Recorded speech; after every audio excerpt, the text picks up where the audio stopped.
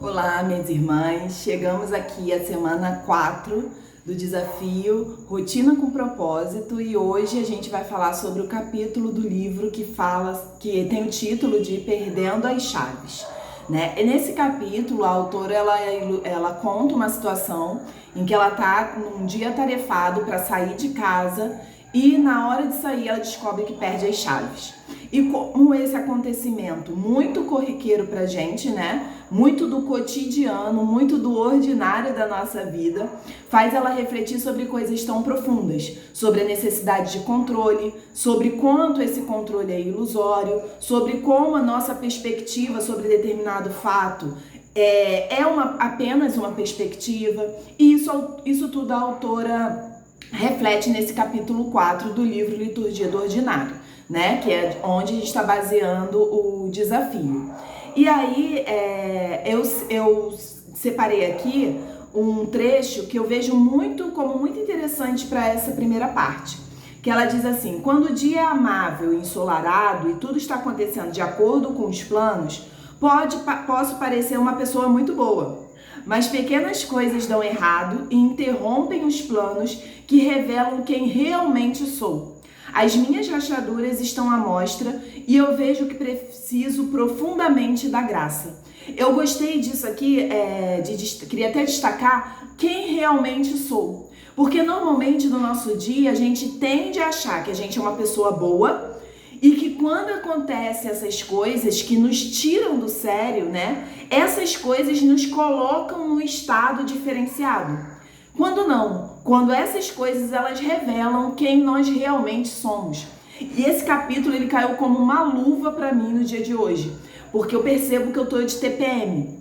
E TPM me disse para você também, para mim é um desafio.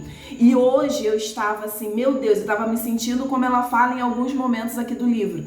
Eu estava me sentindo uma fracassada, porque a sensação que eu tive foi de que não importa o quanto eu avance, sabe, no domínio próprio, no mais Maria, no ser mais Maria, o quanto eu avanço em tantas áreas, parece que chega o período de TPM e tudo é derrubado por água abaixo. Mas ela fala, eu até separei uma frase aqui que eu ia falar no final, do fracasso, eu acho que eu não destaquei, mas ela fala que o fracasso é uma prática da vida cristã, no sentido de que Deus sabe que vamos fracassar, que nós somos falhas e que nós devemos confiar sempre na redenção, na confissão e na redenção. E aí, seguindo o capítulo aqui, para ser mais didática, eu destaquei só alguns pontos, e esse capítulo, para mim, pelo menos ele foi mais curto. Ela cita sobre contentamento em qualquer situação. E esse contentamento em qualquer situação eu acabo citando muito no meu trabalho, baseado em Paulo, E que aprendi a estar contente em todas e qualquer situação. E ela diz que a gente não precisa esperar um naufrágio, que muitas vezes a gente se prepara para estar contente, para ser resiliente, perseverante em grandes acontecimentos, em situações traumáticas, mas que nós precisamos desenvolver a prática de estarmos contentes em qualquer situação no cotidiano do nosso dia. Ela cita um autor que diz que o cotidiano é o meu problema, que é muito mais fácil às vezes a gente se imaginar sendo perseverante, resiliente e tendo domínio próprio e esperança em acontecimentos muito difíceis, em dores grandiosas, do que naqueles entraves do nosso dia a dia, naquelas coisinhas do nosso dia a dia. A autora até fala que nessas situações é como se ela se sentisse autorizada a ficar chateada. E isso é muito interessante, porque é dessas situações pequenininhas que a nossa vida é feita, graças a Deus, Que nossa vida é feita dessas coisas pequenas e não dos grandes traumas, E a gente precisa aprender a ter esse contentamento nessas pequenas situações que tiram a gente do sério, digamos assim, que nos descontrolam, que provam quem realmente somos. Então, cultivar a prática do contentamento nesses pequenos momentos de angústia, frustração e raiva.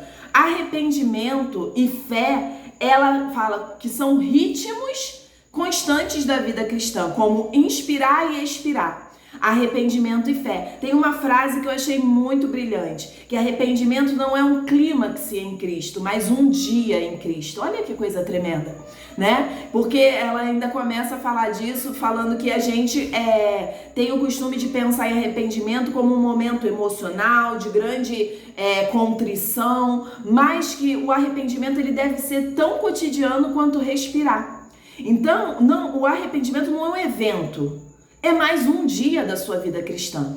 Se nós internalizarmos isso, do arrependimento, como um dia cotidiano da nossa vida, a gente vai conseguir lidar muito melhor com as frustrações, com os desentendimentos, com os entraves mesmos, que são frustrações, né? Quando a gente planeja alguma coisa e não sai como a gente planejou, nas pequenas e grandes coisas, porque às vezes perdi a frase, mas às vezes é algo que a gente planejou, como uma mudança profissional que não acontece no tempo ou exatamente do jeito que a gente gostaria, e a gente se frustra e desiste. Quando a gente entende que arrependimento, contrição é prática da minha vida cotidiana, fica mais fácil eu lidar com isso. Junto com a frase que eu falei antes, né? Do fracasso é uma constante na vida cristã. Porque ela fala que a gente está acostumado a pensar que nós vamos ao culto, no momento que ela está falando do culto, que nós vamos ao culto porque somos pessoas boas. Mas não, nós vamos ao culto porque nós precisamos desesperadamente da graça. E a gente acha que a gente precisou da graça, a gente acha não necessariamente, né?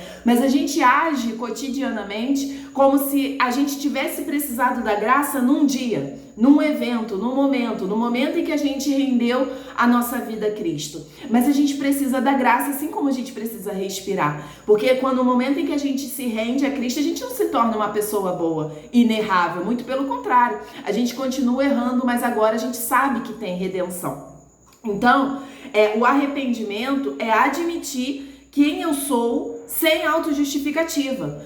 Por exemplo, a minha justificativa hoje, eu tô de TPM. Não uma autojustificativa do tipo, eu agi assim. Não uma autojustificativa do tipo, isso não é culpa minha, é culpa da TPM. Mas uma autojustificativa de, eu não sou normalmente assim, é a TPM. Porque hoje eu me irritei com meu filho e fui grossa com ele.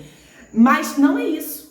Eu sou assim. A TPM revela quem eu realmente sou, revela, né, o que num dia comum fica ali contido, fica ali no controle. Mas quando as emoções estão à tona, ela revela quem nós realmente somos. Então a gente admitir isso sem essas autojustificativas. Mas também cultivar o hábito de ser amada e absolvida todos os dias. Porque não é pra gente ficar ali, né, se chicoteando. Deus, quão miserável eu sou. Sou miserável, mas sou dependente da graça que está disponível para mim. E eu usufruir dessa graça, gozar dessa graça, desse perdão e dessa absolvição também. Uma citação. A prática da confissão nos lembra que o fracasso na vida cristã é a norma. Essa citação que eu não tinha visto. É a norma. Então, o fracasso faz parte. Né? A gente aceitar isso, que a nossa vida cristã, o amor de Cristo por nós e o perdão disponível para nós não depende dos nossos acertos, dos nossos fracassos, não está condicionado ao quanto eu erro ou ao quanto eu acerto, mas é justamente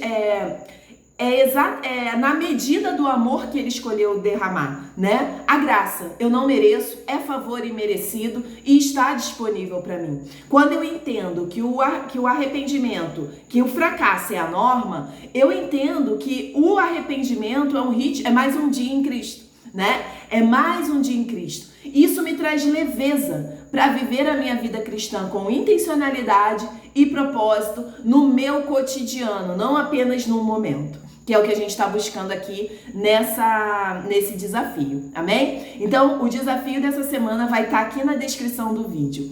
Uma semana maravilhosa para você.